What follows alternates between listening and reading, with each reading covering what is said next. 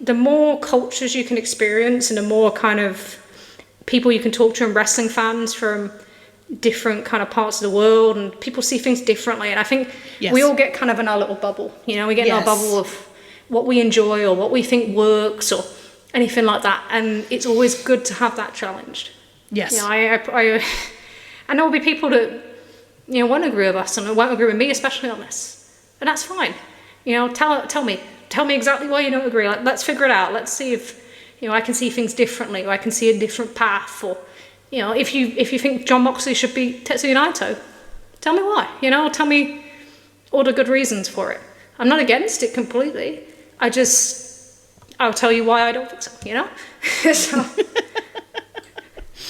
We like discussion. We're big discussion fans here. Except if you tell me Tetsuya Naito is not a draw, and then I will not be discussing anything with you. No. Do you remember when he got into the Hall of Fame, in Dave's Hall of Fame, and him and Ibushi, and Punk didn't, and people were like, he doesn't draw as much as CM Punk, and I nearly wrote a whole spreadsheet.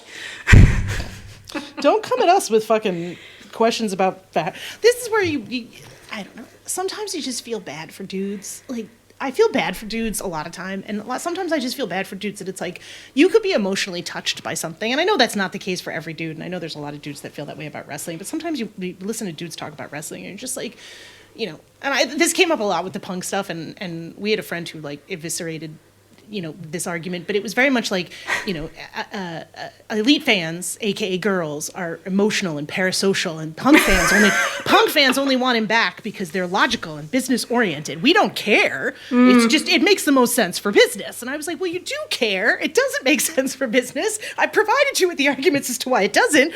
You're the one being weirdly parasocial. Like, I don't know. And sometimes I think some of this is just like, and I feel badly, and I do think this is the case for, it's not gendered, but you just have an unabashed love of something. Have an irrational love of something, and don't be afraid to say, this is my irrational love of this. And I think that's a thing that, you see this so much in wrestling, where people feel like they have to justify why they like someone with business numbers. And it's like... We do it at times. Oh, we do. Listen, we do it at times, but our argument is not why we like the person. Our argument is usually why the person should be on TV more. Sure.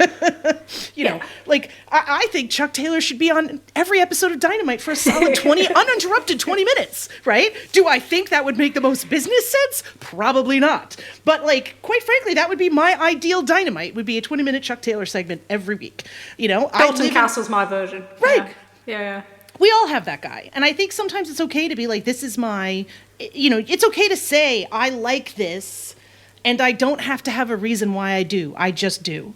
And I think that we as wrestling fans would be sometimes better off if we remembered that we're not making blanket objective statements. We're making personal subjective statements.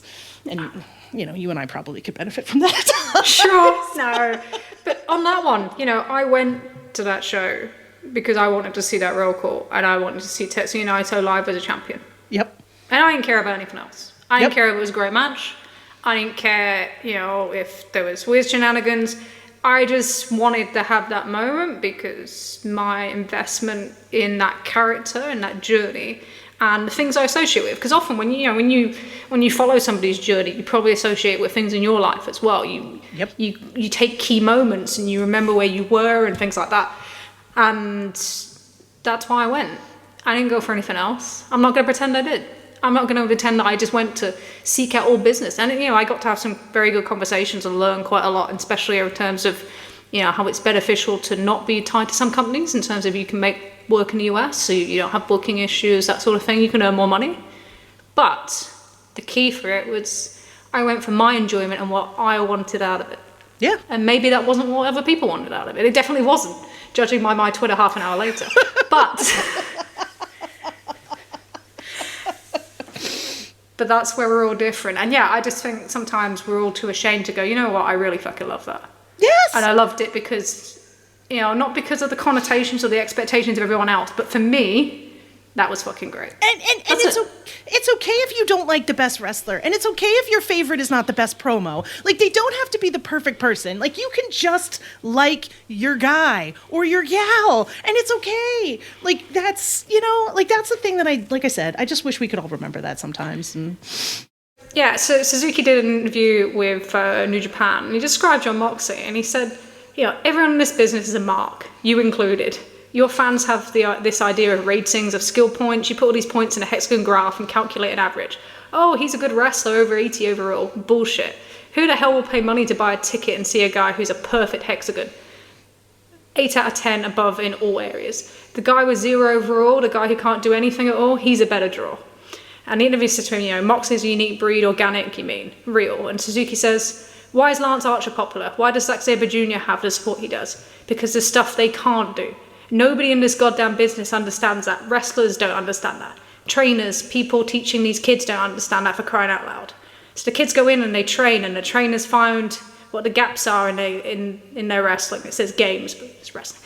And they try to fill these gaps right up. So you have this perfectly smooth grey lump of boring trash filling these holes on a wrestler, and there's no way in hell he's filling seats with asses. It's up to us to make people talk, to make them disagree, make them argue. So Moxley, it's because he can't do shit that he's a good wrestler.